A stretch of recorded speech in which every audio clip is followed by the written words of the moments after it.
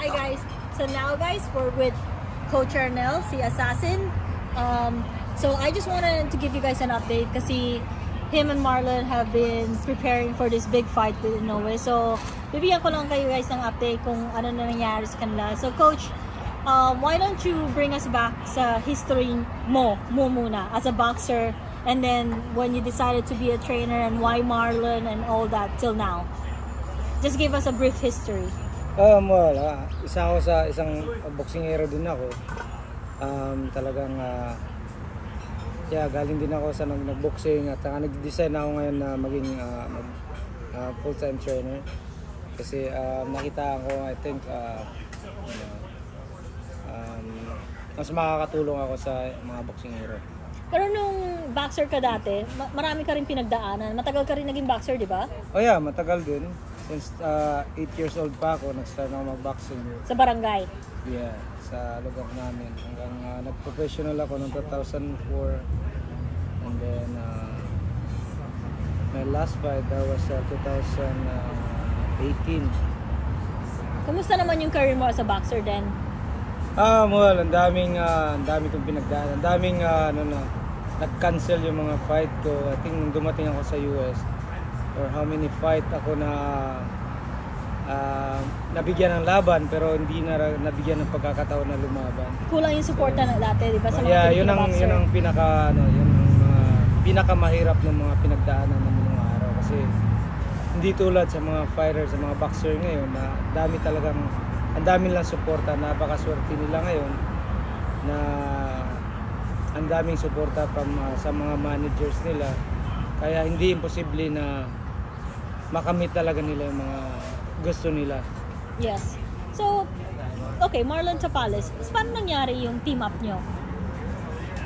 Well, talagang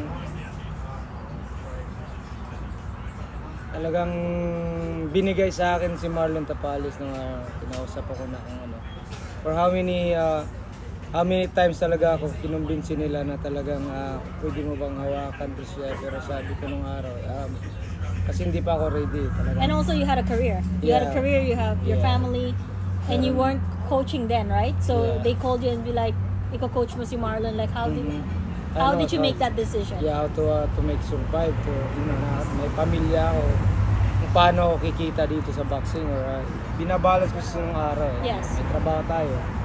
Siyempre, family first, and then pero you wanted to go back to boxing? Kasi nung talagang pinag-iisipan ko ng gusto, kung sabi ko, pag gagawin ko to, kailangan tutuhanin ko to. Talagang seryoso ako dito, kasi boxing, alam ko kasi pinagdadaanan ko. Hindi biro na sports, talagang mahirap. Kaya yun naisip ko na hindi tayo naglalaro dito sa boxing. Talagang it's not always just happy lang, di ba? Yeah. And then, so how did that happen? Eventually you met Marlon when you made your decision? Yeah, nung nag-decide na ako na so talagang binigay ko yung 100% na natutukan sila ng gusto. Talagang sabi ko, pag ako maghawak ng fighter, talagang seryoso, talagang sabi ko, gagawa ko ng world champion balang araw. Then dumating yung araw doon, naging world champion nga siya. Since nag number 1 siya hanggang naging world champion. And hindi lang isa lang yung binigay, 2 belt sa atin. Yes. So napaka-swerte, po natin na talagang I'm very proud of myself na nagampanan ko yung mga trabaho na dapat yung ko talaga na gagawin ko to para sa kanila, para sa amin lahat. Yeah. Because you had to sacrifice your career, a lot of things, family time. Yeah. So, how is Marlon as a boxer naman? Well, matigas ba ulo? Mahirap magkausapin? Napakasarap kasama kasi yun lang ang importante dun. Yung disiplina, lang talaga na kailangan desidido ka, talagang pinakita niya talaga na as a fighter. Pareho yung goal niyo. Yeah, pinaglalaban niya yung hirap na napipil niya, kung ano yung mga naramdaman ko. Kasi isa lang din ang goal ko dito, maging gagawa ng world champion. So, ginagawa din niya, ginagampanan yung trabaho niya as a fighter. Talagang sabi ko, well, ito nakikita ko na rin to as nangyayari, like Manny Pacquiao and Hugo Fernandez na talagang nagsasama din sila ng so kung ano yung mga advantage yun lang mga advantage ko na kasi napagdaanan ko rin yung mga ganong parang ni-rewind, inulit ko lang to Oh, parang you're back at 360. Yeah, like, but then, sabi ko gagawin ko pa at least as a coach, pwede mong, you could give him advice, pwede mo siyang payuhan kasi nanggaling ka na doon. Yeah.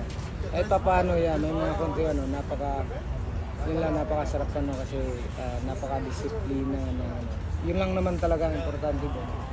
Talagang nandun yung disiplina ng isang boksingero. Yun lang.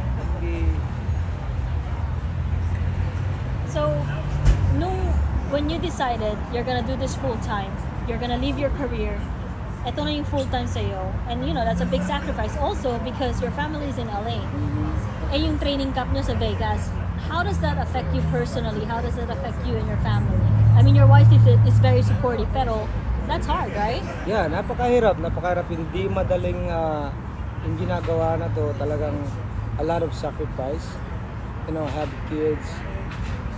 Pamilya ko nandito sa LA, nandun ako sa Las Vegas 5 days a week, 6 days a week sometimes. Fly back and forth every weekend. Makita ko yung pamilya dito once a day, twice. And then, pero kasama yun nga lagi kong inaano sa kanila na first intindihin niyo ako dito dahil itong ginagawa ko para sa kanila. Yes. And, okay, now let's go back to yung training na ni Marlon. You guys trained in LA, tapos you guys went to Vegas, and now you guys as a team decided na pupunta kayo sa Baguio. Bakit nyo naging decision yun? Or ano yung mga nangyari sa mga topic nun?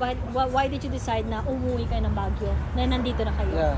Well, lahat ng to bago nag-start ang camp, naplano na namin to lahat talagang naplano na namin to bago nagawa tong laban na to, talagang ganito ang gagawin natin from the Philippines to LA kasi napaka yung mga advantages nandito din.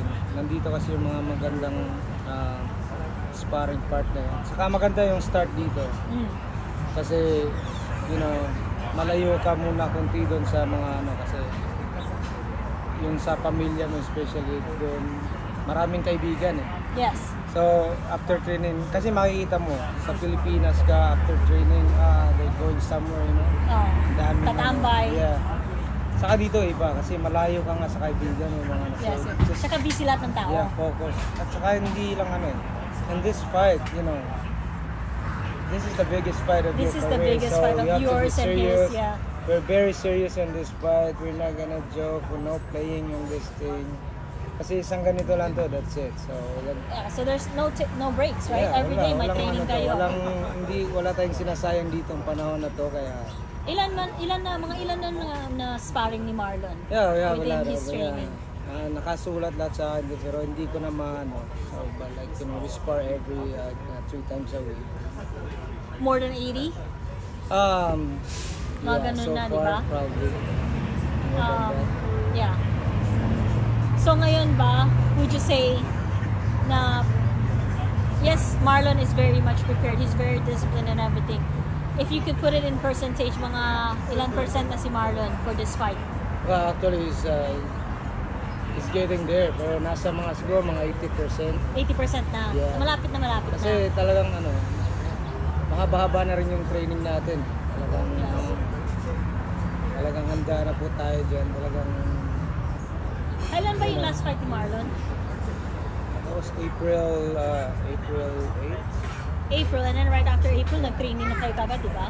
Yeah, kunting pahinga lang, and then, but pa rin siya, tuloy pa rin yung niya, yung active, run, takbo, nandun pa rin yung niya, so, kasi alam niya kung sino yung makakarap na susunod, yes. So it's, kailangan talagang pinaghahanda natin to, hindi talaga tayo dito.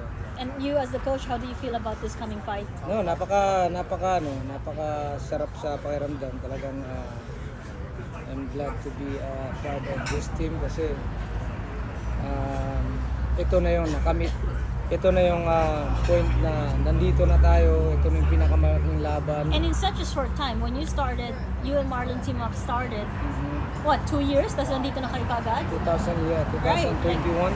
Yeah. When we So start. it's a very short time na talagang accelerated yung ano nyo, yung karera nyo, di ba? Yeah.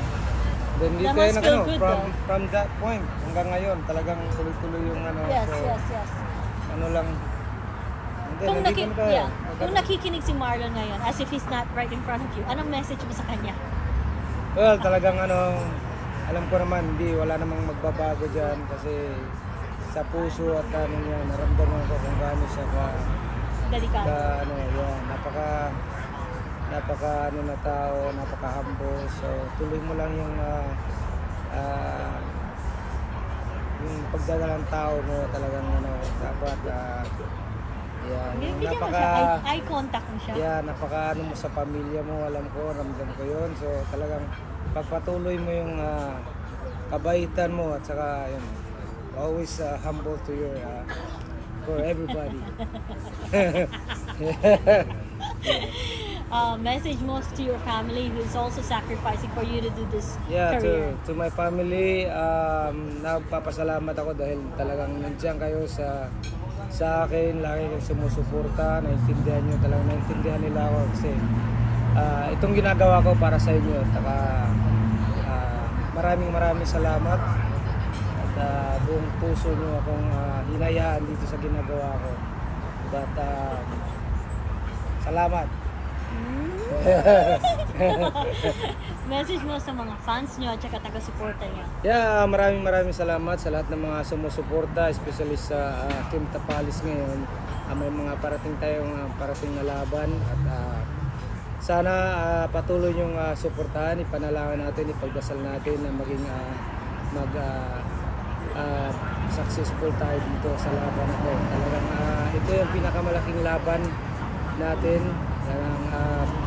paglalaban natin ng ating kababayang Marlon Tapalis. Our message mo sa basher mo. Meron ba? Wala naman. Wala pa naman, wala akong pan. Tuloy-tuloy lang yung ginagawa nyo. Hopefully sana suportahan nyo. At least after this fight, you'll see. Friend na siguro tayo. Alright guys, thank you. And go watch Marlon's fight. Kailan yung December? December 26. Saan nila mamapapanood? Makikita na sa TV. Ano makikita nyo sa Marvin updating siguro. Magla-live si Marvin. Pero saan sa TV? Which one? Ewan ko, hindi pa, i-announce na lang nila. Top rank Live daw eh. Live. Live sa radyo. Alright, thank you guys.